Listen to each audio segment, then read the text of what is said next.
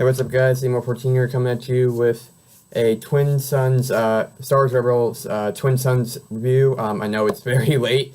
I wasn't planning on making a review, but then watched Hero Hour, figured, wanted to make a review about that, but then I figured, I should probably make a review about the episode of my favorite character, that has my favorite character in it, Darth Maul. So yeah, this is going to be a spoiler warning. Spoilers, if you're not seeing it yet, there are like a gazillion websites out there, I'm sure that you can find it.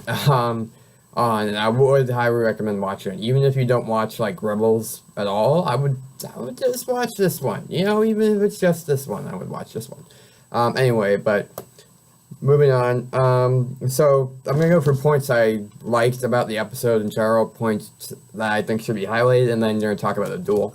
I thought Maul using Ezra to draw out Kenobi via the holocrons, and that was very, very interesting, and I really liked how it's clever on Maul's part, but also on the writer's part to integrate, make sure to definitely integrate and center the story around Ezra, even though like we're all watching to see Obi-Wan versus Maul. I thought that was good.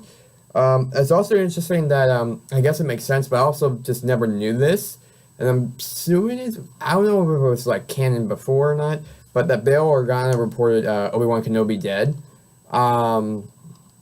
And I just thought that was interesting. So basically that the Empire would be looking for him. Like, he's a senator, like maybe they suspect him of being a little bit rebellious or whatever, but he's a senator who says, yo, Kenobi's dead, on my word. And they're like, okay, fine.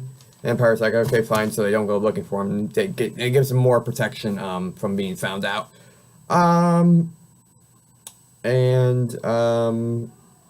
Yeah, so, I mean, I thought that was just interesting.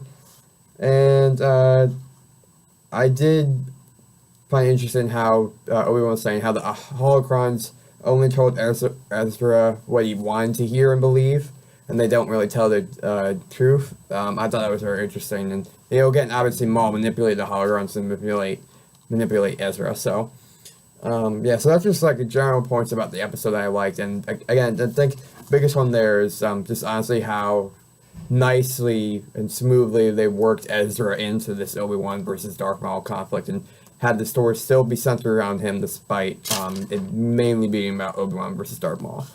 And then moving on to the duel, I really do like how Obi-Wan changed stances. Like, he had the like Clone Wars stance, and then the New Hope stance, and then the Qui-Gon stance, which ultimately baited Maul and kind of like tricked him into trying to kill Obi-Wan the same way he did Qui-Gon, and of course that backfired, and Obi-Wan just took him out with a slice to the chest. Keep in mind that a lot of things, like just objectively going into this, Maul is exhausted.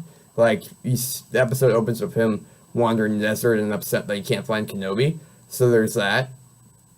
And then I mean, you're also going up against someone who knows his fighting style.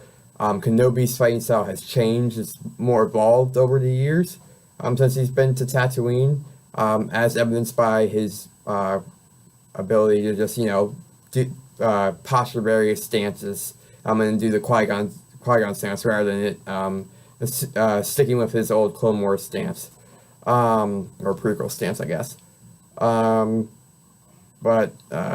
Yeah, so there's that as well.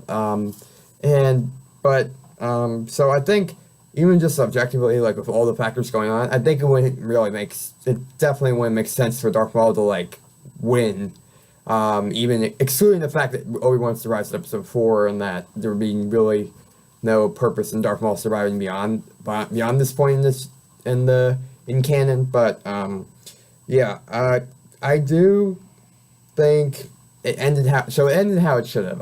The duel ended and played out how it should have gone. I would have preferred a more long and drawn out duel. Yeah, we've seen that a bunch of times, but I think it would just been epic to see that, and even if it's like kind of the same thing with just Ben Kenobi. But at the same time, it just wouldn't have made sense given, again, the context of the episode leading up to it, and it's just like, we have, for the general populace, they have seen it several times before. I will say that one valid complaint could be that they hyped it up too much and then kind of ended it, cut off quickly, even though, like, They were justified in doing so in terms of like of everything that's going on with the two characters. I do think having it at the end of the mid-season trailer and making that a big thing, I guess, it's kind of misleading, so I'm kind of upset about that. Still, overall, great episode. I do think he went out the way he should have, even though it wouldn't be the way I wanted, per se. It's the way that makes the most sense the way he should have. I am sad that he's gone now, but, I mean, he's still good. My favorite Star Wars character. It's going to take a lot to knock him down from that number one spot. Like, a new character's going to have to be really, really good. But anyway, other than that, thanks so much for watching, guys. Again, sorry this was so late. Yeah, but please let me know what you think about the episode in comments down below, and please like, comment, and subscribe. And thank you so much to the 17 people who, at the time of me filming this video, have already subscribed. Links will be in the description below to various playlists: Yu-Gi-Oh! Ranked and unranked matches, Yu-Gi-Oh! Duck Profiles, general nerd discussions and reviews, as well as 2017 Fandom Movie Trailer playlist of all the trailers from fandom movies coming up this year that I find at least somewhat interesting. Just updated it with the newest Spider-Man Homecoming trailer. That'll be there as well. And other than that, thanks for watching, guys, and I'll see y'all next time. Probably for the 0 hour review.